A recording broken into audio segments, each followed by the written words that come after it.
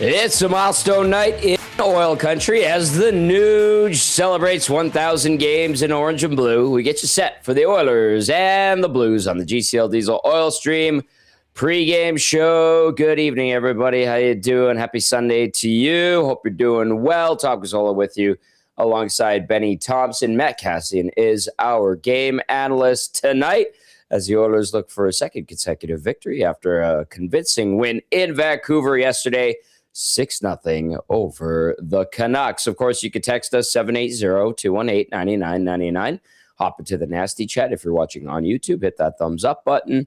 All that good stuff. And, of course, GCL Diesel, providers of the best diesel engine components around, from turbochargers to injectors, fuel pumps to sensors. They are the critical engine component experts, proud to serve Edmonton and Northern Alberta for over 50 years. Edmonton, 24, 17, and 8. St. Louis, 19, 21, and 8. It is game number 50, Ben Thomson. Can you believe it? No, it's flown by. It feels like yesterday, starting up the show for the first time, doing pre-post. So yeah, it's flown by.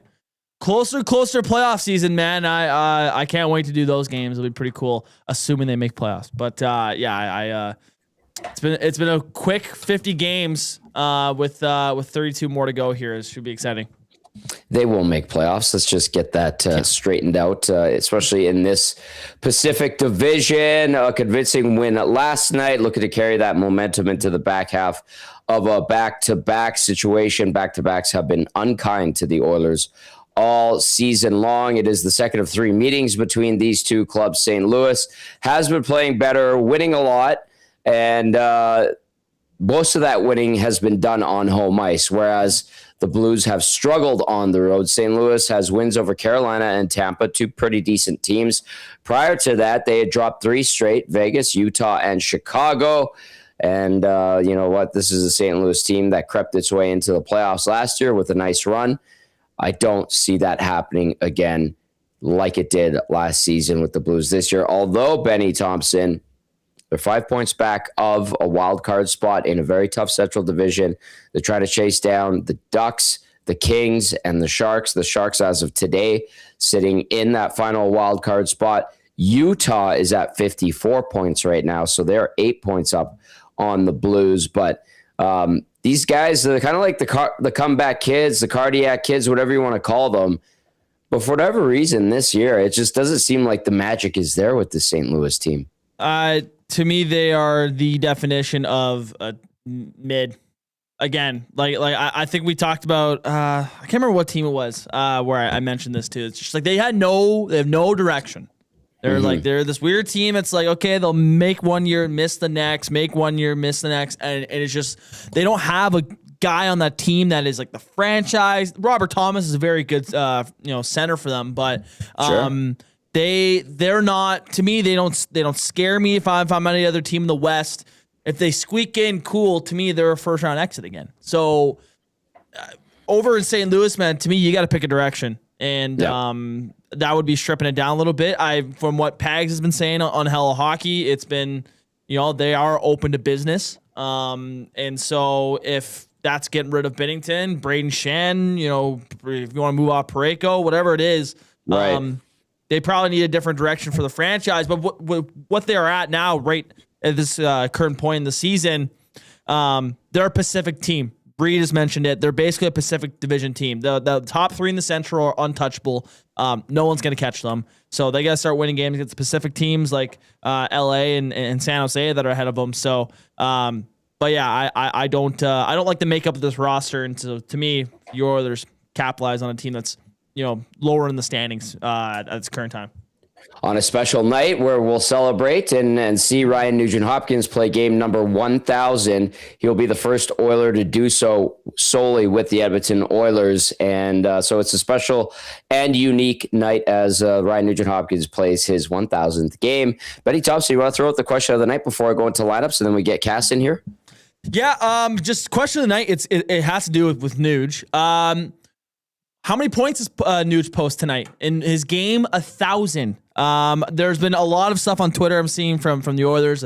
They all these nice shirts that they got, and they're making this a really big thing. And obviously, he deserves it. It's 1,000 games as an Oiler. So, what do you expect as Nuge plays his 1,000th game? What's his performance tonight? Let us know.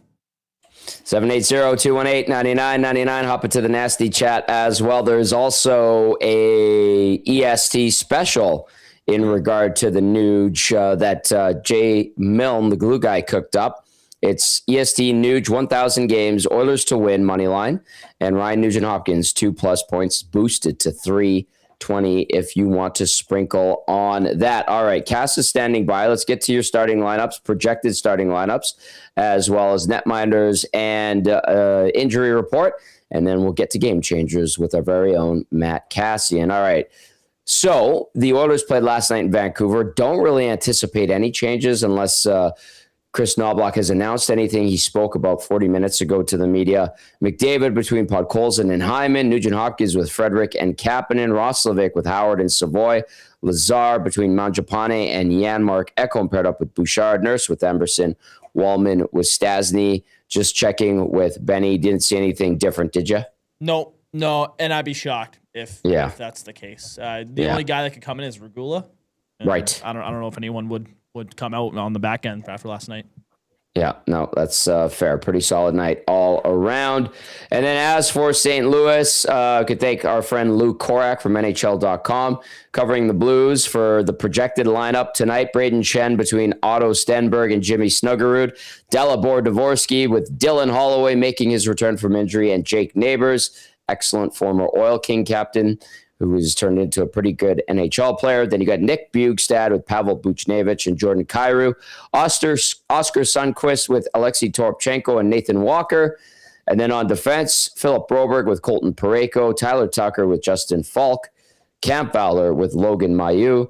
Out for tonight, anticipated Jonathan Berggren, Robbie Fabry, and Matthew Kessel. So a lot of like Oilers and Edmonton connections in this Blues lineup. Obviously, Holloway, former Oiler. Neighbors, former Oil King. Bjugstad, former Oiler. Nathan Walker, former Oiler. And then Broberg, the former Oiler. Parayko from St. Albert. And I know a lot of people would like to see Colton Parayko as an Oiler, although this year has turned a lot of people off of Colton Parayko. He's still a very good defenseman. I will just tell you that. Your starting goalies tonight. This has been confirmed by Chris Knobloch. 28-year-old Connor Ingram getting the nod. 4-3-1 this season. 249 goals against average. 907 save percentage in 8 games this season. Ingram versus St. Louis over the course of his career. 198 GAA. 925 save percentage. 6 games versus St. Louis. At the other end of the rink, 32-year-old Jordan Binnington, who's on his way to the Olympics with Canada. 8-12-6 record, 353 GAA, 871 save percentage, 1 shutout in 27 games this season. He has a 7-4-2 record versus the Oil lifetime with a 292 goals against average, 900 save percentage, 1 shutout in 14 games played. Let's get you to your Advantage Sport Medicine and Physiotherapy injury report. Connor McDavid's got a team of specialists. You've got a bag of frozen peas. Get the same locker room approach trusted by the best in the game at Advantage Sport Medicine. Book your assessment today, www.advantagesportmed.ca, or call 780-460-9977. Great crew over there.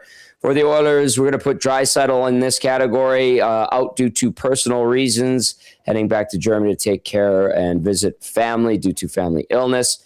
Adam Henrique, LTIR, undisclosed. As for St. Louis, you got Pius Suter, IR, high ankle sprain, Robert Thomas, IR, lower body, and Matthew Joseph, IR, elbow infection. All right, let's welcome Kassian. He's standing by. Looks like he's going somewhere tonight. Where are you going? That is lovely. That's a nice jacket you've got there. Thank you. But I'm not going anywhere tonight. Yeah, no going anywhere. Hanging out here.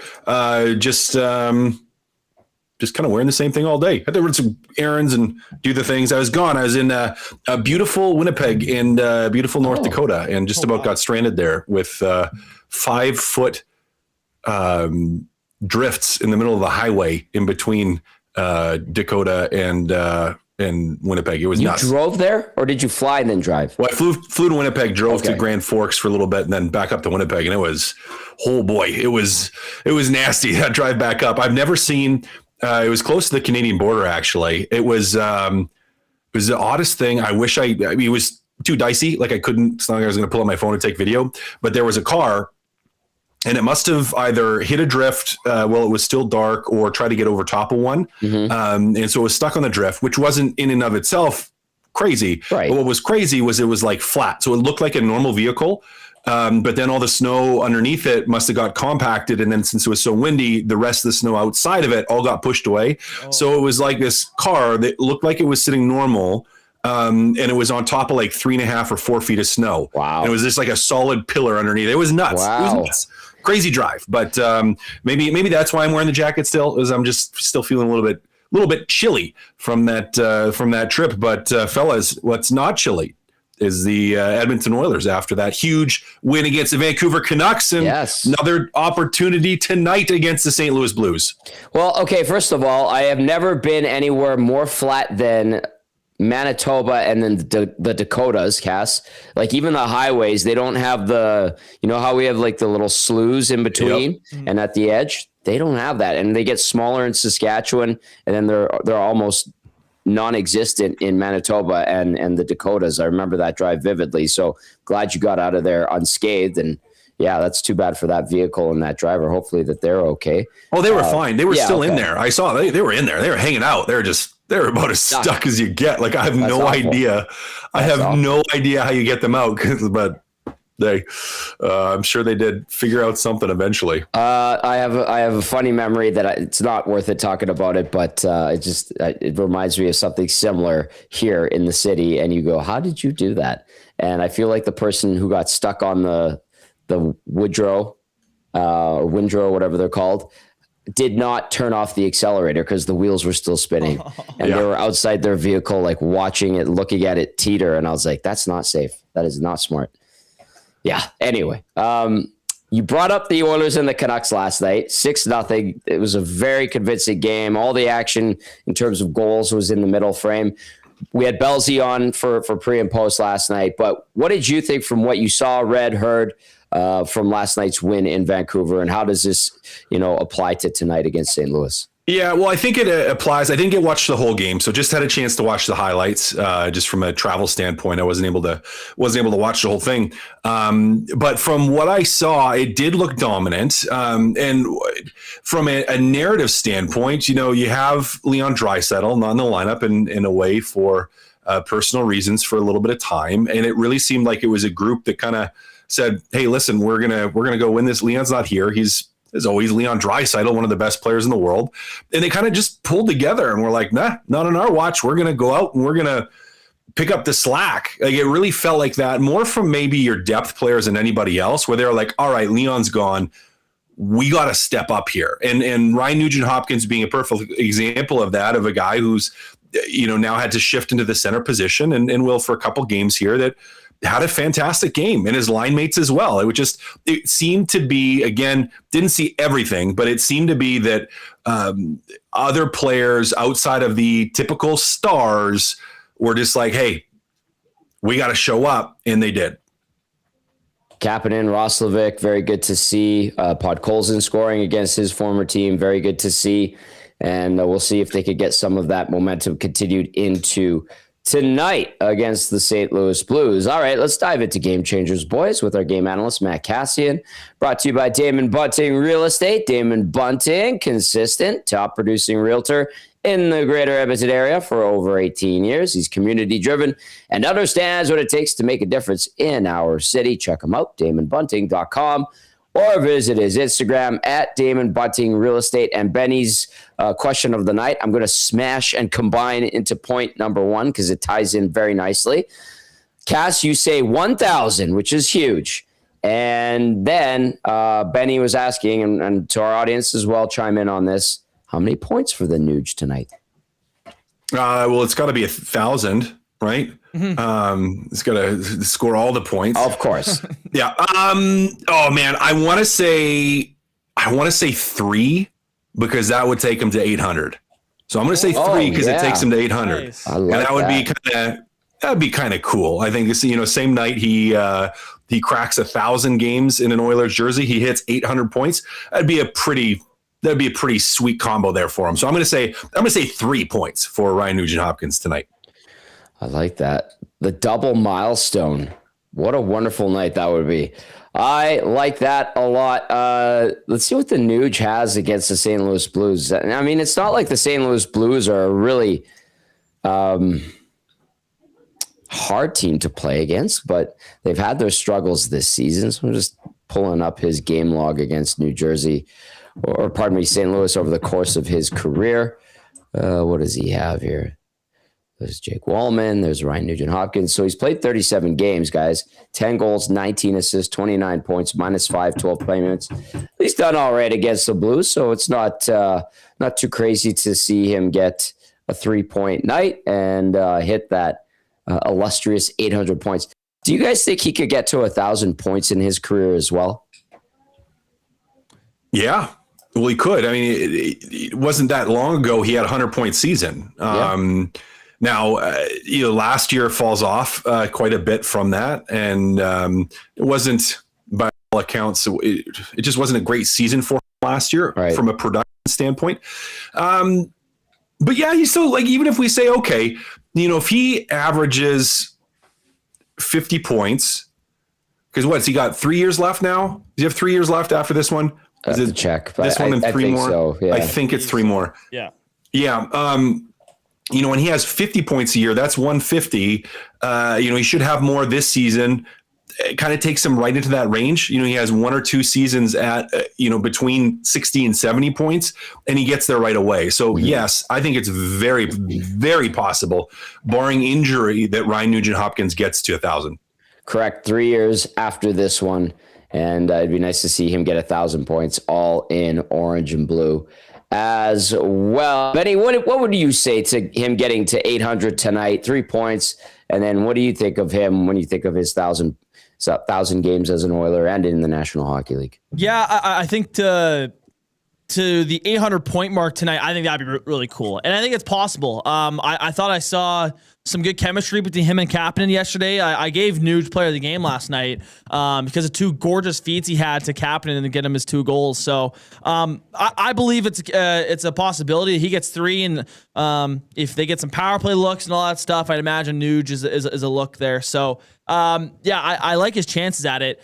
In terms of Nuge being a 1,000 game guy now, he's been kind of a guy, like, ever since I've been watching the Oilers. He's always been an Oiler. You know what I mean? Like, I kind of started watching the Oilers right when he came into the league. I'm going to compare this to Matt Savoy on the team.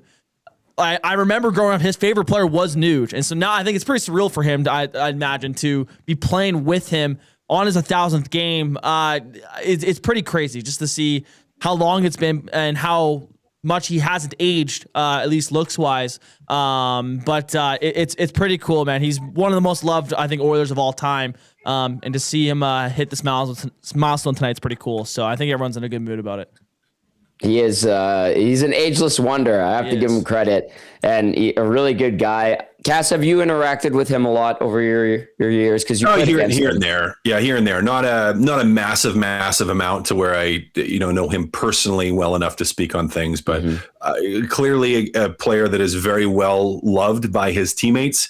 Very well loved by the fans and by the community as well. He hasn't been a guy that's been shy about being out and about and about trying to help out people. So yeah, I mean, I got nothing negative to say about him. I'll say that. Yeah, I have a tremendous amount of respect for him. Always have. I remember the day he was drafted. I was there. That was my first draft that I worked at Oilers TV. These gloves over my shoulder in the backdrop, those are Nuge's gloves. Not game worn. I think they were an extra set that were just left over, and the trainers just said, "You want these?" I was like, "Yeah, but I'm not going to wear them. Like, I'm not going to play with these." So, and I remember his rookie party. I was invited. Cass, he was in Dallas. It was a lot of fun. We're just going to leave it at that. And then I do remember his lone All-Star appearance. I believe he has just the one, right? And that was in Columbus. And he was awesome. I got to spend a lot of time with him at the rink, and then having a bite to eat and drinks with him once or twice as well, because I think it was just him, Bree, and JJ Hebert at the time, the Oilers PR man, as well as myself and my camera guy. And so, it was a good time, and he's still a great guy to chat and catch up with. He's sneaky funny too. So 1,000 the game for the Nuge, and hopefully he gets to 1,000 points, and then maybe 800 by the end of the night. Great point there. All right, that is number one on Game Changers, 1,000. All right, let's go to game number 2 of Game Changers. Cass, special teams. A huge opportunity here, and an interesting one with Leon Draisaitl not being in the lineup for the Edmonton Oilers because the St. Louis Blues, for lack of a better term, they're not very good on special teams right now. Now, some of that has been goaltending. Some of it has just been personnel and a lack of success. But their PP is running a shade under 17%, and their PK is running at 76%. Now, we compare that to the Edmonton Oilers, whose PP has continued to be absolutely meteoric recently at 33.1%. Are you being sexual right now? Huh? Are you being sexual right now? Did you hear your last sentence? No. We'll leave it at that. Oh, the PP? Being meteoric. Wasn't going for that, but thanks for pointing it out. Yeah. That wasn't on purpose. It would have been better if it was. I know. Yeah, their power play has been meteoric at 33.1%, and a penalty kill just a smidge off of 80% at 79.9. Now, that's a huge advantage here for the Oilers heading into this one, is that special teams and the clip that they've been on. As always, though, it's unique and interesting when you're missing one of your top guys for your power play, at least for the Edmonton Oilers. So can they continue some of that offensive success that they had against Vancouver yesterday? And can they show up tonight and have another strong, dominant special teams game against the St. Louis team that's just been mediocre to sub-mediocre to, when you look at combined percentages, one of the worst teams in the league on special teams. Hey, I'm glad you brought up Leon Draisaitl, and he's away taking care of a personal matter, family illness. How do you look at this little stretch here that he's expected to be out? I think they're saying late next week he should be back, but what has to happen, in your opinion, for them to have continued and sustained success without one of their best players? Yeah, well, you need to see what you had happen yesterday, which is you need to have players step up. You have people hurt, people out of the lineup, people missing for very, very good reasons. And it's not like he's going somewhere to go on a bender personally and he just didn't show up to the rink. It's like, no, he's dealing with real life stuff that we all have to deal with, and you want to see your friend and your teammate be able to do what they have to do. And from a team standpoint, you have to be looking at this going, and from an individual standpoint on the team, you have to look at this and say, hey, there's some opportunity here for me to step up in absence. And as a team standpoint, we have to step up in absence. And we saw that against Vancouver. Now, that's the first one, right? Like, that's the adrenaline spike. That's the, hey, we're going to have to do it without Leon, so let's go do it. And now it's back-to-back games, and you have to do it again. And so today is a way bigger test of that, I think, because it's not just like the, oh my goodness, my friend is leaving. It's like, well, no, the reality has set in now that he is, had to go take care of some personal things, and he's not going to be in the lineup. Now, it's up to everyone to bring that same mentality, but that's really what it is everyone chips in. No one is going to step into the lineup, or even Ryan Nugent-Hopkins is not going to move to the middle on that second line and be Leon Draisaitl. And the point is not to be Leon Draisaitl. The point is to, whatever is your game, to go out and to play it, and to maybe just do a little bit more than what's typically asked, because you're going to be on the ice maybe a little bit more. Just that team game becomes even more important in a situation like this. All right, we'll see how the Oilers do in game number 2 without Leon Draisaitl tonight against the St. Louis Blues. That was special teams, point number 2 here on Game Changers, brought to you by Damon Bunting Real Estate. All right, Tom Gazzola, Matt Kassian, Ben Thomson with you. Let's get to point number 3 of Game Changers. And this is a big one for St. Louis, despite the struggles that they've had this season. Holloway returns. Yeah, big one for St. Louis, and always a little bit of a burr in the saddle of Edmonton Oilers fans with one of the ones that got away. Yes. Now, both the ones that got away are on St. Louis that we know of, with Broberg as well as Dylan Holloway. But Holloway stepping back into the lineup here after an injury for the St. Louis Blues. I mean, it's a huge return for them. Like that is a big deal for a team that, as you said, Tom, has had its more than fair shares of up and down this season and has kind of figured out a way here and there. That one thing they don't always do well is score goals. They offensively do not put a ton of pucks in the net. You look at their plus minus goal differential. And again, there's different reasons for this, but they're down like minus 43 in terms of goals scored versus goals against. And Holloway is a guy that, maybe although he isn't at the clip this year as he was in last year, he's an offensive driver for this team, which is kind of crazy and upsetting for some people to hear and to think about. But he skates incredibly well, as we know, has an up-tempo capacity to his game. Now, coming back from a lower body injury, I believe it was a high ankle sprain. We'll have to see. Maybe we compare to Trent Frederick and the ankle sprain in the playoffs. Probably different players, different style. And he's had, you're not trying to come back maybe too early like you would have been for Frederick heading into the playoffs for the Oilers. But as we saw, ankle sprains can be tough to come back from. Even if they feel well and you get the mobility back, even if strength-wise they're getting there, it just can take some time. So who knows exactly what version of Holloway we'll see tonight. But what I do know is that he is a guy that has significantly contributed to this St. Louis offense. And for an offense that is struggling, power play that is struggling, he's a huge boon to them to come back into the lineup. And you got to think, guys, he's going to be fired up tonight to play against the Edmonton Oilers. Of course. Absolutely. Dylan Holloway will be excited to play against his former team as he makes his return. And now you talk about the burr in the saddle from him and Broberg moving on. We saw Broberg sign a contract extension, boys. What do we think of the Broberg deal? It takes him to 2032. It's a $8 million AAV. And I mean, he's having not a great offensive season. He's got 15 points in 47 games and a +3 on a Blues team that we've outlined has been struggling. But what do we make of the contract that Philip Broberg got? Benny, I'll go to you first.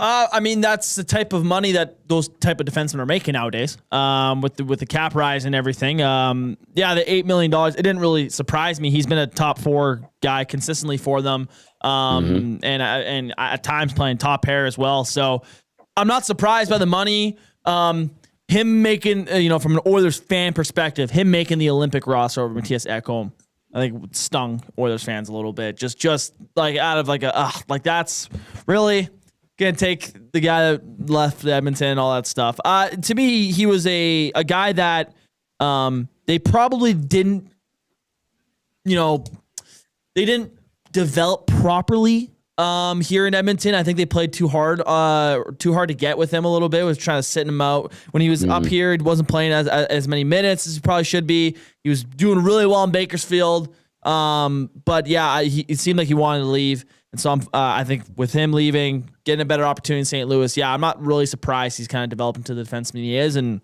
that contract, it may look like a lot, but with the cap rise and everything, those are what defensemen are making nowadays. So it's good point. It is what it is.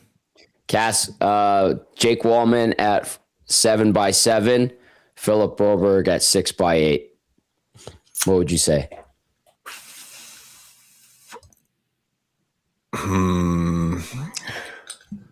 Former that's a tough. Yeah, that's a tough. That's right. One. Good point. Yeah, that's a tough one. Oh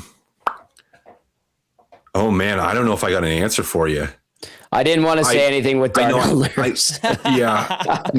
that's you can't, not a comparable. Yeah, exactly. I mean, the Wallman Broberg one is inapt to look between the two of them because they're kind of in the same position you'd expect them to be from a playing standpoint. Now, I probably lean towards Broberg slightly. Yeah. Yep. Younger. A little younger, and that would be the primary of it. If you think of the length of the deal, like I think that has more to do with it for me. Yeah.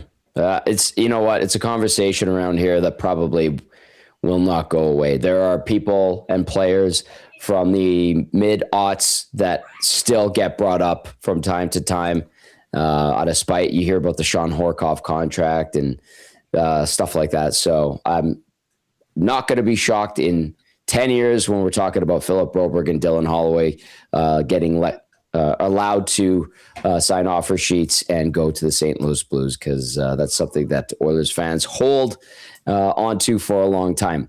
Cass, final thought from you. Just what kind of hockey game do you think we're going to see? The Oilers have struggled mightily in the second half of back-to-backs. There was even travel, albeit not really hard travel or strenuous travel, from last night's win in Vancouver. But what do you think about this back-to-back scenario and the Oilers and what they could do in terms of getting a win here? Yeah, well, as I said earlier, like, I think the big thing for me with this one is, how do they react to Leon being out a second night? Because you got the big win right against Vancouver, played a really good game. It's back-to-back with a little bit of travel, not a crazy amount, but a little bit of travel still. Yeah. And so you just wonder if in the back of their heads, they're like, hey, you know what? We had a good one yesterday. We got the win. Leon's on the lineup. And, the excuses start to add up a little bit potentially. And we have seen so far this year with the Oilers where they haven't been able to consistently string a lot of games together in a row. The elusive third win in a row still being elusive, as it were. So that, this season would tell us that they're due to not play well tonight based on other things that have happened this season. But I actually feel pretty good about it. I think the way that they won that game, and again, I didn't watch it in its entirety, but knowing that they had a dominant win, that you have guys that are excited to have some opportunity here against a St. Louis team that's kind of middling, kind of struggling. I think they come out with a good effort tonight. So I'm anticipating, I think Edmonton has a good one, and St. Louis is just going to be St. Louis right now, which is going to be okay. So I'm hoping for a good game, and I'm hoping that Edmonton does play a very good one tonight. A great chance to buck that trend when it comes to the back-to-backs, and then like Benny called them, a very mid St. Louis Blues team. So, and you saw how Cass eloquently said middling. There's the dichotomy. I'll just cut it mid. Brain rot. Oh yeah. Mid. Yeah. Sorry. They're mid. Yeah. There you go. Yeah. You guys weird words. I know. Cass, great stuff. We'll catch up with you on the post-game show. Okay. Great. Sounds good. All right. There you go. There's Cass with Game Changers. I love that jacket he's got. He's got a good style, Cass. Nice one. Yeah. He pulls it off. Looking good. Looking sharp and playing just as sharp. So there you go. That is Game Changers, brought to you as always by Damon Bunting Real Estate. Let's go to the inbox, 780-218-9999. X-Ray J. Wow. Jeez, that looks good. Game day, bacon, blue cheeseburger, and poutine. Nice. Oh, yeah. Saw that. Yeah, if you have an ice cold, crispy, perhaps lager, Pilsner, Kolsch with that would be perfect. Nicely done, X-Ray J. Let's go to Hontorio Momes. Says, I used to be upset about Holloway and Broberg. When you look at them as players, they're both very, very injury prone. Broberg with concussions and shoulder issues, and it seems like Holloway gets injured everywhere. Stasny and Savoy and Wallman and Howard more than make up for that loss, in my opinion. Good to hear from you, Hontorio Momes. EMG chiming in. EMG says, I like the opportunity for other players. It reinforces how valuable role, buy-in, and rolling four lines is to the coaching staff. Nicely said. EMG, Looney Len says, first off, Godspeed to Dry and his family. But what do I love is that it forces Knobloch to not go nuclear and use the players he's got if things get tight. Yeah, that's a good point too. And then Coach Mike says, hope they have enough in the tank after playing 5 games in 7 nights. Not sure why Knobloch played McDavid for over 21 minutes last night. The game was over after the second, and $8 million a year for a career high 29-point D-man on pace for 26 this season. Broberg is 6'4", doesn't use it. Wallman can get 30 points a season, has a bit of an edge. Both players have had injury issues. Signed, Coach Mike. Coach Mike, I've noticed you've gone from questions to statements lately. Mm-hmm. Yeah. And then Justin texts in, says, Tommy, can you give a shout out to the Tier 2 U12 Fort Sask Rangers winning gold in minor hockey week? Played well and really hard the last couple of weeks. Congrats to the U11 Tier 2 Fort Sask Rangers. Well done. A round of clicks. That is not an easy tournament to win. I lost it many times. I remember going to the final once in Pee Wee. I think it was Pee Wee 2, and it was us against White Mud West, I want to say. Really? And it was Tyler Spurgeon, brother of Jared. Yeah. And he was an Oilers draft pick later on, 7 years later. And I had to go one-on-one against Spurgeon in overtime. I had a breakaway, got stopped.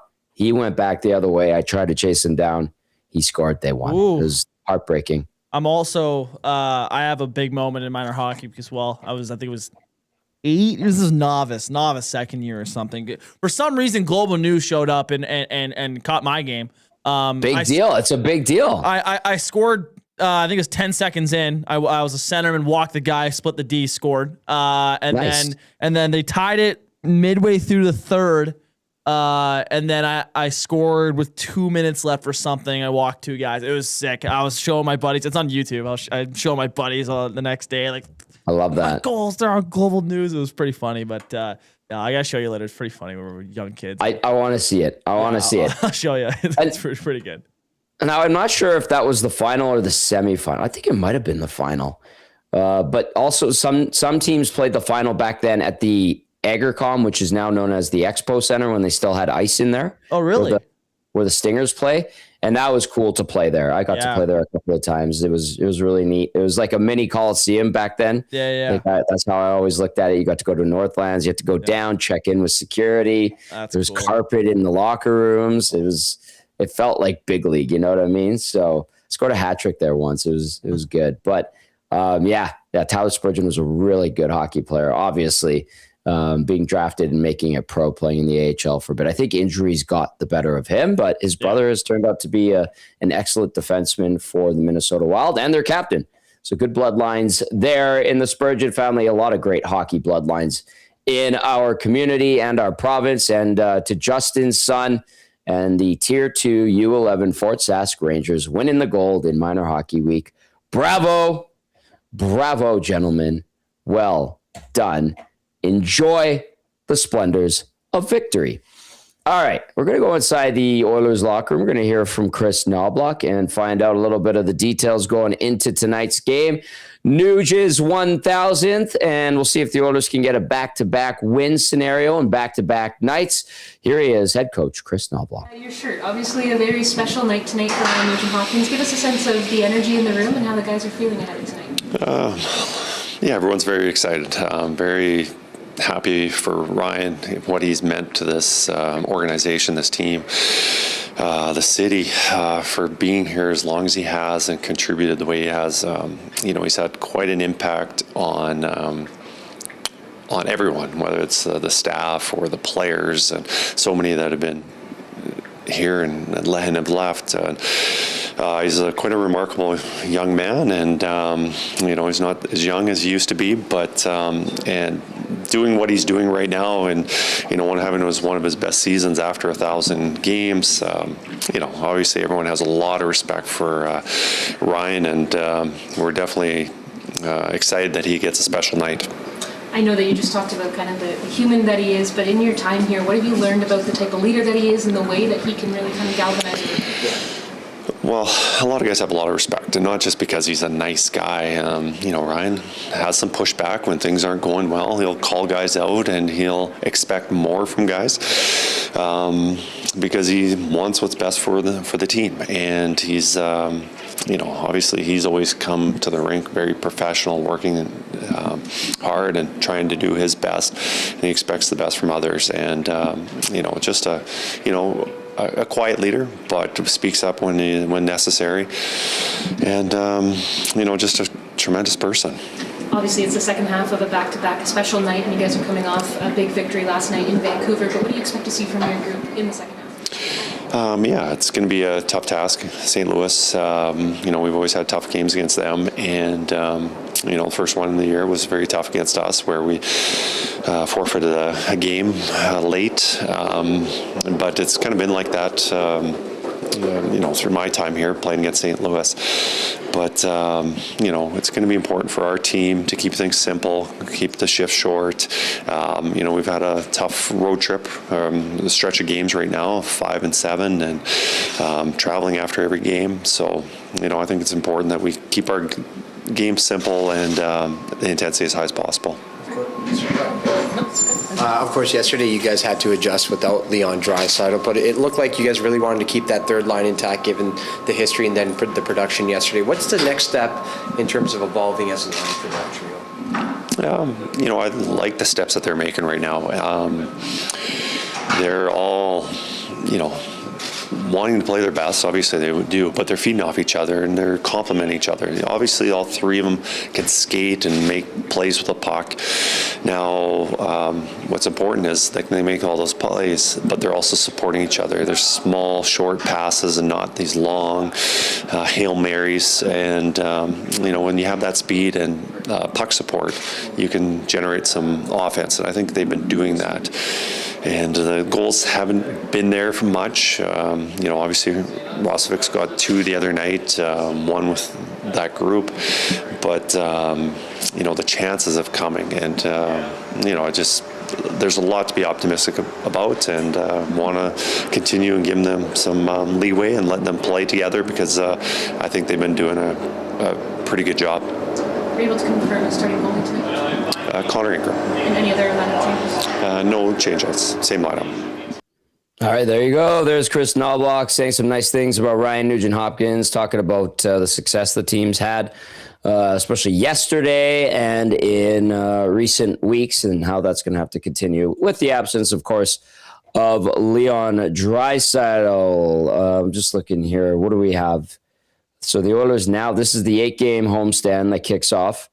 And in February, they have 2 games prior to the Olympic break. They wrap up the 8-gamer Tuesday the 3rd against the Leafs. Then they go to Calgary and visit the Flames at the Dome on the 4th. And then we won't see the Oilers back in action until February 25th in Anaheim. Then the next night in LA. And then they wrap up the month of February in San Jose on the 28th. So they're going to be at home for a little while here, but that whole 5 and 7 with a little bit of travel. Do you think that bothers them? Do you think that gets them at all tonight, Kenny or Benny? Kenny. Sorry, I called you Kenny. I don't know why. I don't think so. To me, it's you're referring to the back-to-back like tonight with the travel. Yeah, this whole traveling back and forth. I mean, it's a condensed schedule. To me, you're a couple months in already. So this new wave of the schedule, obviously trying to fit in with the Olympics. I think they're used to it by now. I mean, McDavid has said himself he prefers this. He enjoys this type of schedule and the amount of games he's been playing in a short amount of time. So in terms of for tonight, you took a flight to Vancouver, flight back, probably got in late, didn't have to skate this morning. So to me the condensed schedule, it can get rough. It was rough during the start of the year, especially all those road trips they had. But no, I think they're used to it now. I shouldn't see that being a valid excuse right now.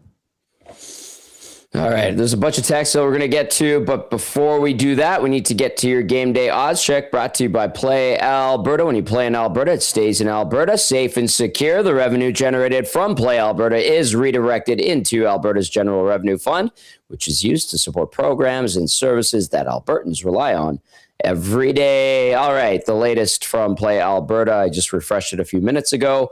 On the money line, the Oilers at minus 156, the Blues plus 133 tonight. The over-under set at 6.5, the over at minus 106, the under at minus 123. That is your game day odds check, brought to you by our good friends and presenting partners, Play Alberta. All right, Benny. I did have a few texts. Tamara, the wig lady, who was out last night with the rest of the crew at the watch party at BP 170th. Nate the Builder says, attaboy, Kenny. I don't know why I said Kenny. You can call me Tim for the rest of this show. That's fine. Tamara, the wig lady, says, Benny, Tommy. Boy, oh boy, what a night. EMG says, amazing sweater when it comes to what Knobloch and the rest of the players we're wearing. And then Coach Mike says, Draisaitl's absence, a blessing in disguise. Knoblauch can experiment with different lines. Yeah, we'll see. I mean, he gets the blender out a lot anyway, Draisaitl or not. So Looney Len also says that guy needs to save that for the 6 o'clock and get a conch from Dusty. That was Justin's U11 tier 2 team. His son's team getting the win. Yes, that would be more apropos and getting it done in the 6 o'clock hour, unless he's sleeping in the 6 o'clock hour. But hopefully he gets a conch, and shout out from the boys on the morning show. Good point there. Did you? The guys are out for warm up. Did you guys see the jerseys? No, what did they have? They all have 93 Nuge on the back. All the jerseys. Everyone's out on the ice right now. So they'll have a patch on their shoulder. It looks like too, and they're doing some type of pregame ritual. They're following Nuge's pregame ritual during the warm up. Everyone's doing what Nuge is doing. So they all lined up on the bench. So they're doing something with water bottles. Yeah. So this is pretty cool. They're really buying into it. That means they really like him. That means they really, really like him. That's fantastic. Reed Wilkins is there. They're all doing Nugent Hopkins stretch. Jack Michaels also has a photo of it. Fantastic. And a lot of 93 Nugent Hopkins jerseys out there. I think that's hilarious. He's sneaky funny. Yeah. He is sneaky funny. That's what Gaz was saying on Reed's show the other day. He's like one of the driest humor guys ever. He's sneaky funny. Pretty good. Yeah, he's funny. I love that very, very much. And one of my favorites to deal with of all time. What is this? His 15th season. My first was 07-08. So pretty much the entirety of me covering the team he's been around, which has been a lot of fun. So wishing him continued success. Hey, quick update from Bakersfield. They were in Calgary the last couple nights, and they picked up a win yesterday. And then it was Max Jones getting the win in overtime today. Today, Matt Tompkins was in net. Nice goal by Jones, by the way. Goes forehand, backhand on the breakaway and buries it. And then Connor Unger improved to 6-0-0-1 in the last game out. Look at this goaltending this Oilers have in their farm system now. Right? How it's completely 180'd in just a couple of weeks. We're talking about Connor Unger ripping it up in the AHL, Tompkins too, and then you got the decision obviously between Pickard, Ingram, and Jari. Like it's really turned around, which has been pretty surprising, but good for them. It was a thing weighing on this team, I think, as a cloud above this team when everyone talked about the Oilers. It seems like it's clearing up a little bit. 5-1 win for Unger and the Condors a couple nights ago, and then another win today in OT, 1-0 as Max Jones seals the deal. I like what you said there about the depth at goaltending that the Oilers seem to have all of a sudden. And it's been interesting to see people compare Connor Unger to Trey Savage and the way he's kind of climbed and just had success. Tap the brakes. Simmer down. Simmer. It's really good. Yeah. Let it breathe. Let it happen. Let it breathe and let it happen. But Connor Unger was on the show with Joaquin and Hernan a couple of days ago. It was a great interview. He's very well spoken. He has personality. I like what he's doing. This is great. This might be like a diamond in the rough you've uncovered. So let's let him cook and see what he does, and don't put heaps of pressure on him, but so far so good. And you know what, when it comes to the goaltending here, I really don't know what the plan is for the three guys. They've got them on the roster right now. It is Sunday. They haven't done anything. Ingram's playing today, so he's not going to get sent down. Right. So the only thing I was told the other day was there's no real rush to do anything, and they can wait, especially with Henrique being on LTI. So maybe they just let it roll for a little bit here. Yeah, that makes sense. All right, Benny Thompson, we got 4 minutes left. What do you want to get to? This is not a Oilers thing, but it does affect them. Big trade that happened before we started the pregame show. Rasmus Andersson getting dealt in division, which sucks for the Oilers. I'm sure you would have liked to see him go out to Boston, which he was heavily rumored to, but that deal didn't go through because he didn't want to sign an extension. Vegas said, screw it, we'll take him. If he's not willing to sign an extension yet, we're pretty confident that he'll sign one when he gets to play here and sees what they got going on over there. So, that's a big deal. Where Oilers are battling for first place in the Pacific Division with Vegas, and they just got their Alex Pietrangelo replacement in Rasmus Anderson, coming in at a 2.75, I think, on the cap hit. They got him retained. So, big deal for them. They just improved by a good amount.